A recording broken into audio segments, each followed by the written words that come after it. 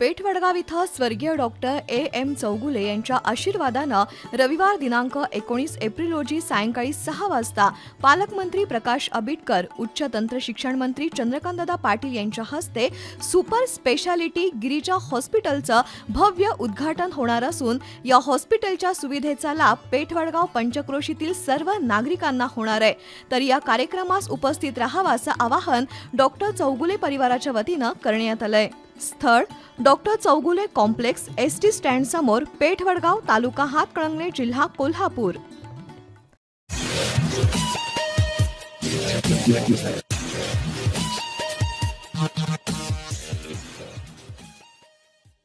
नमस्कार, मी अनिल उपाध्ये, शिवसिद्ध बातमीपत्रात आपलं स्वागत आहे। पाहूया आजची बातमी। जागतिक आरोग्य दिनानिमित्त जिल्हा न्यायालय इचलकरंजी इथं नेत्र तपासणी शिबिर संपन्न झाले।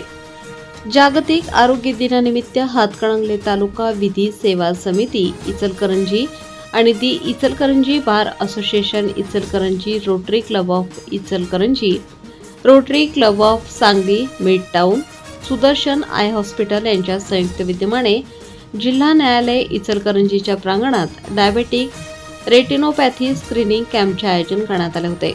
सदर कॅम्पमध्ये मधुमेहग्रस्त रुग्णांची नेत्रपटलचे अत्याधुनिक OCT मशीनद्वारे मोफत नेत्र तपासणी करण्यात आली। या तपासणीमध्ये मधुमेहामुळे येणारे अंधत्व टाळता येणार आहे। सदर कार्यक्रमाचे उद्घाटन जिल्हा न्यायाधीश मिलिंद भोसले यांनी केले।